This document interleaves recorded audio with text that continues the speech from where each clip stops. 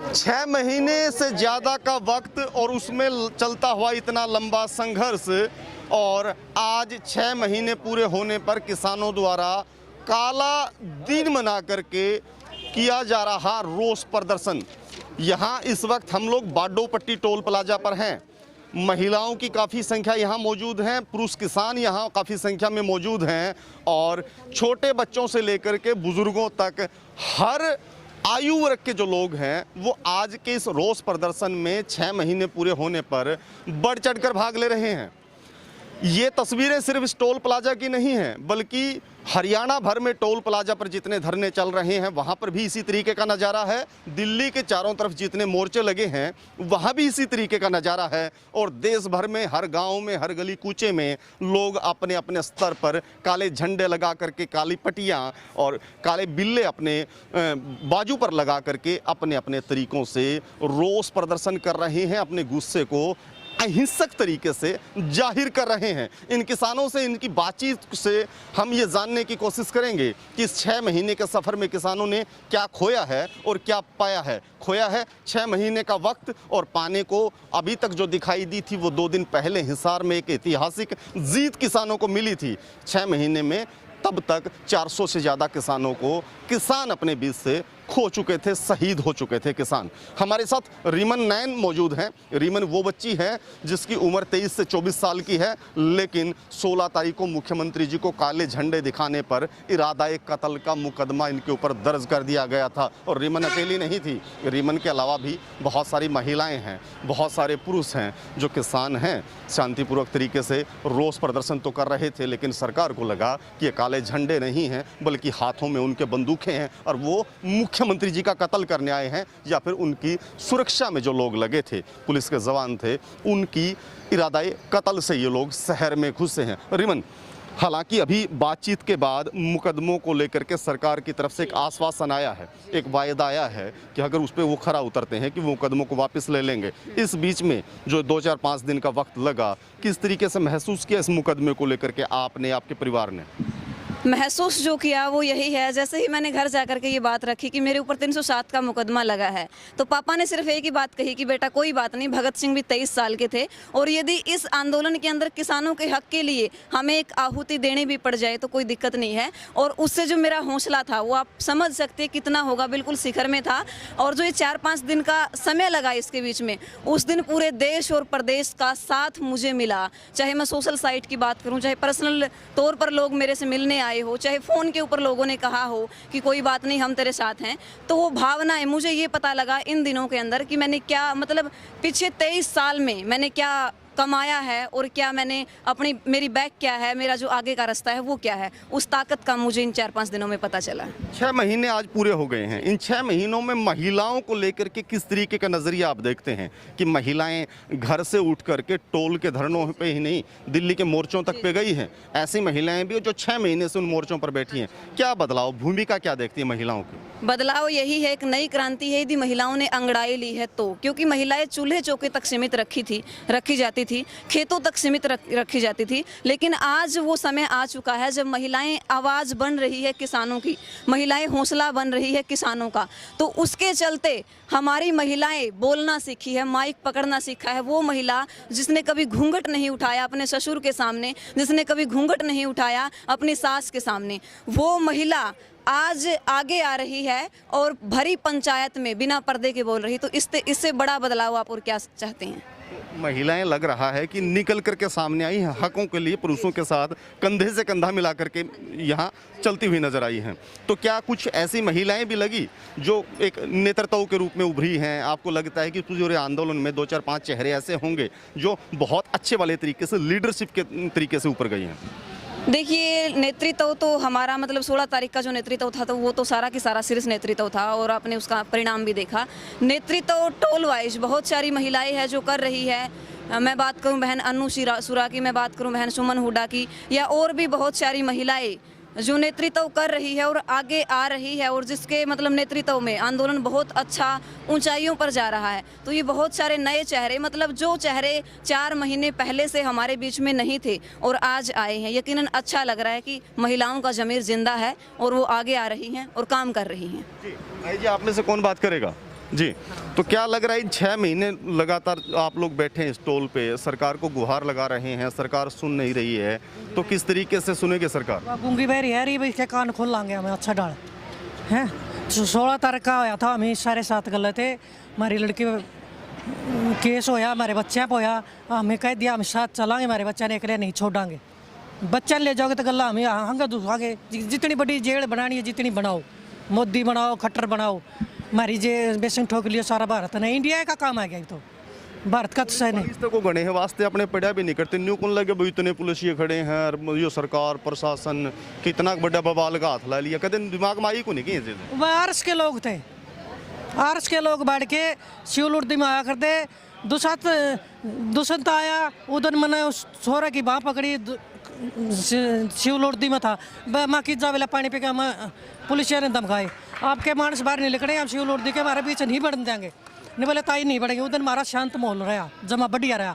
16 तारीख काला में हमारा 3 जगह लाठीचार करी, आरस के लोगों ने करी, एक तो कोठड़ी में रखी थी हमारा पीछे, मैंने पंजे पंजे देखे उसके, 3 डंडूक बना दिए हमारी जनसंख्या के किसाना के, 3 जगह लाठीचार करी, 2 जगह बाठे मारे, बारूद का गोले छोड़े, बूढ़ी लुगाई सिर फोड़ दिए, हमारे बच्चे पे अत्याचार कर दिया, केस ला दिया, हमने फिर कह दिया भाई हम तो साथ चलाएंगे जितनी आ रहे हैं, और तेरी जितनी बड़ी 6 महीने के सफर को कैसे देखते हैं? लगातार आप जुटे हुए हैं, लगातार इस पे लगे हुए हैं, क्या निष्कर्ष क्या निकालते हैं 6 महीने के संघर्ष का इस आंदोलन को लेकर? देखिए 6 महीने का जो निष्कर्ष है, हमने बहुत कुछ पाया है। सबसे पहले हमने ऐसा भाईचारा पाया है जो निकम्मी सरकार ने, निकम्मे नेताओं ने जो आपस में फूट डाल रखी थी, वो भाईचारा आज एक हुआ है। और इस आंदोलन ने एक केवल 3 काले कानून की लड़ाई नहीं लड़ी, बल्कि समानता की, बराबरी की और पाखंडवाद के जो खिलाफ मतलब एक माहौल, एक ज़मीर तैयार हो रहा है। ये लड़ाई वास्तव में पेट और खेत बचाने की नहीं रही, अब ये परिवर्तन की लड़ाई है। इस लड़ाई में तख्ता पलट होके ही रहेगा।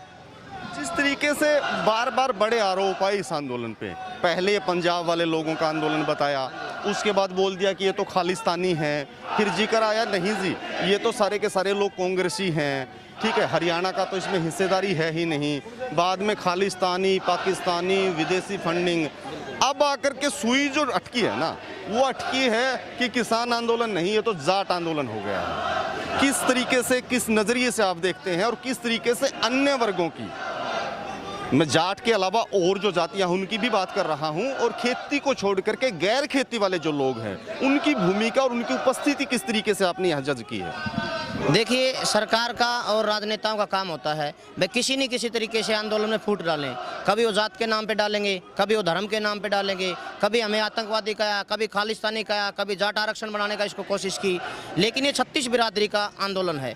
मैं इस टोल पर मुख्य भूमिका में हूँ और मैं बिल्कुल आम घर से बिलोंग करता हूँ, एक मजदूर परिवार से हूँ। इस आंदोलन ने वास्तव में, जैसे इसका पहले किसान आंदोलन का नाम दिया गया था, उसके बाद में ये किसान और मजदूर आंदोलन बन गया है। आज हमारी जो टोल की कमेटी है उसका नाम भी यही है, संयुक्त मजदूर किसान मोर्चा। मैं मजदूर परिवार से बिलोंग करता हूँ या नेतृत्व करता हूँ।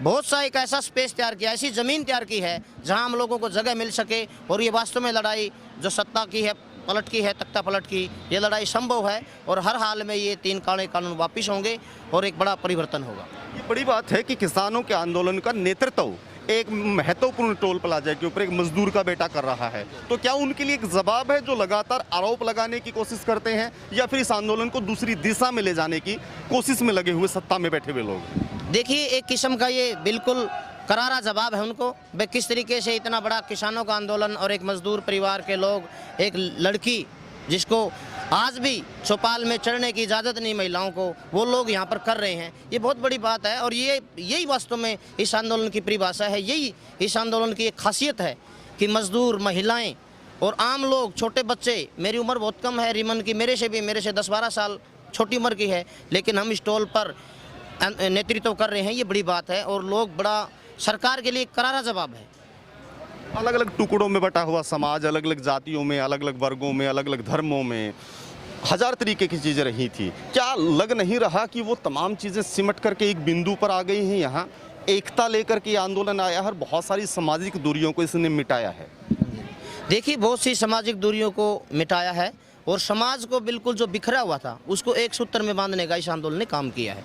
बिल्कुल अलग अलग तरीके से हम बटे हुए थे, समाज को बिल्कुल बखेर के रखा हुआ था, वो हमारी ताकत, वो एक मुट्ठी के रूप में मजबूती हुई है, मजबूती मिली इस आंदोलन को। और यही खासियत है और ये हमारी ताकत असल में, और सरकार के लिए उसके रोंगटे खड़े करने वाली बात है। उसने बार बार तोड़ने का प्रयास किया, जैसे आज हमने भी कार्यक्रम कर रखा है, बुद्ध पूर्णिमा की जो जयंती है वो भी मनाएंगे, और हमारे आंदोलन को 6 महीने पूरे होने पर और मोदी सरकार के 7 वर्ष पूरे होने पर हम काला दिवस और विरोध दिवस के रूप में मनाएंगे।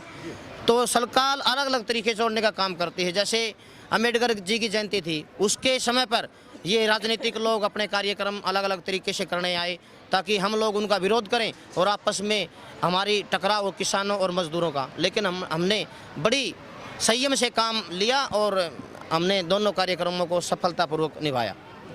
ये आपने मोदी जी के चेहरे पर काली क्यों पोत रखी है? कालो कानून लाए यहाँ पे, केस लाया 307 का, 307 को बड़ी बात, कौन 302 भी लाओगा तो फिर भी गुंड रहा। सरकारी नौकरी कराया करते हुए छोड़ रखी है, सिर्फ अपनी बेबे है, भाई है, अपनी टोल कमेटी है, इस खातर पूरा परिवार 24 घंटे तैयार रहा है। तो इसी को लेकर के काले कानून थे तो काली खी लेकर के मोदी जी को लगा दिया आपने। ताऊ जी, क्या लग रहा है मोदी जी कैसे मानेंगे? अब 6 महीने तो हो गए हैं। मोदी जी ने जी शुरुआत से, जब ये आरएसएस के मेंबर थे, आरएस मेंबर बनने के बाद सन 1984 में कत्ले आम गुजरात के अंदर करवाया, किसानों के खिलाफ, मजदूरों के खिलाफ और धर्म के नाम पर हिंदू मुस्लिम का फसाद किया। और वहाँ से शुरुआत करते हुए दिल्ली सरकार में आरएसएस की छोड़ करके बीजेपी में शामिल होकर के आरएसएस की नुमाइंदगी यहाँ करने के बाद और हमारे खिलाफ 2 काले कानून लगाए हैं। ये काले कानून जो देश के विदेशी लोग हैं, धनाढ्य लोग हैं, धनाढ्य लोगों की जेब में आकर के इस देश को बेचना चाहता है और बेच रहा है। चाहे बीमा कंपनी है, लाइस बैंक है, रेलवे है, हवाई जहाज है और समुद्र वाले जहाज है, सभी लोगों का निजीकरण कर रहा है और कर दिया है। और हम इन 2-3 काले कानून लगाए हैं, इनके ऊपर ये किसान कल्ला नहीं, देश का मजदूर, देश का कर्मचारी, देश का मध्यम वर्ग का व्यापारी किसानों के साथ कंधे से कंधा लड़ रहा है। और मोदी की सरकार को गिराने के लिए हम अभी समय नहीं लगेगा, ये जाने वाला वक्त बताएगा, क्योंकि इस आंदोलन में किसान नेताओं ने पहले दौरान हमारे शौर्य इंदिरा गांधी जी को जो ये काले कानून पर्दाफाश किया था, देश को बचाने के लिए, तोड़ने के लिए काम किया था, इंदिरा गांधी ने जब भी खून की खानी पड़ी थी। उसी तरह पंजाब के अंदर सरदार बेअंत सिंह था मुख्यमंत्री, उन्होंने भी किसानों के खिलाफ आंदोलन को बेकार करते हुए और सरदार बेअंत सिंह ने भी उन्हें वहीं जाना पड़ा, रास्ता जाना पड़ा। आपके पास भी आऊँगा। एक छोटी सी बच्ची हमारे साथ खड़ी है। गुड़िया, कौन सी क्लास में पढ़ते हैं आप? +2 में सर। +2 में। तो +2 की एक छात्रा है, वो स्कूल जाने की बजाय, पढ़ाई करने की बजाय आज यहाँ किसानों के बीच में बैठी है। तो आपको नहीं लगता कि ये आपके घर के जो बड़े लोग हैं वो कर लेंगे, आपको पढ़ाई करनी चाहिए थी? या फिर लगा कि नहीं, उनका साथ देने का वक्त इस उम्र में भी है? उम्र तो चाहे कोई भी हो सर, हमारे माता पिता जब धरने पर आए हैं तो बच्चे घर पर कैसे बैठे, उनको भी लगता होगा कि सर सभी हमारी मातृशक्ति धरने पे आई हैं। मुझे नहीं लगता कि मैं पढ़ाई करूँ घर पे बैठ के, मुझे पढ़ाई से ज़्यादा आज ये मांगे पूरी हो जाए हमारी किसानों की, ये अच्छा लगता तो है। लगातार शुरू के दिन से आ रहे हैं? नो सर, आज दूसरी बार ही आई हूँ मैं। Yes sir. अच्छा, तो आपके मम्मी पापा आते हैं लगातार यहाँ? हाँ जी, हर रोज आते हैं यहाँ पे, सबसे बढ़ चढ़कर भाग लेती है हमारी मम्मी जी, हमारी सभी गांव की महिलाएं बढ़ चढ़कर भाग लेती हैं यहाँ पे, टोल प्लाजा पे हर बार आती है यहाँ पे। तो आपकी बेटी है ये? जी। तो सारे बच्चों के साथ ही पहुँच गए यहाँ पे हैं? साथ रहते हैं जी, हम तो हमारे किसानों का भी कंधा से कंधा मिलाकर साथ रहते हैं जी। क्यों जमींदार का ही ब्याह रखे हैं जी, जमींदार का ही ब्याह है रे। हाँ, जमींदार की ये बेटी हूँ। और जितने हमारे 3 कानून काले नहीं वापस कर लेगा, इतना हम इस धरना पता टोल प्लाजा पता उठा लेंगे। बहुत बहुत शुक्रिया आपका। तो ये सरसोद बाडोपट्टी जिसको बोला जाता है, टोल प्लाजा की तस्वीरें थी। वहाँ के किसान थे, जिसमें महिला किसानों से लेकर के छोटी छोटी बच्चियाँ तक वो लगातार आवाज़ को उठाने की, अपने जो माता पिता है किसान हैं, अपने हकों के लिए लड़ रहे हैं, उनकी आवाज़ में आवाज़ मिलाने के लिए उनके साथ बैठे हैं। लगातार इसी तरीके की तस्वीरें दिन भर का पूरा आज का जो दौर है, काला दिवस जो किसान मना रहे हैं, 6 महीने पूरे होने पर अलग अलग टोल प्लाजा से आपको इसी तरीके से हम लोग दिखाने की कोशिश करते रहेंगे। और अगर आप ये खबर हमारी YouTube पर देख रहे हैं तो हमारे YouTube चैनल को आपने सब्सक्राइब नहीं किया है तो उसे सब्सक्राइब जरूर कर लें। और अगर आप इस खबर को फेसबुक पर देख रहे हैं तो फेसबुक के पेज को लाइक और फॉलो करना ना भूलें। अपने सहयोगी अजित के साथ मैं रुद्रा राजेश कुंडू, हिसार।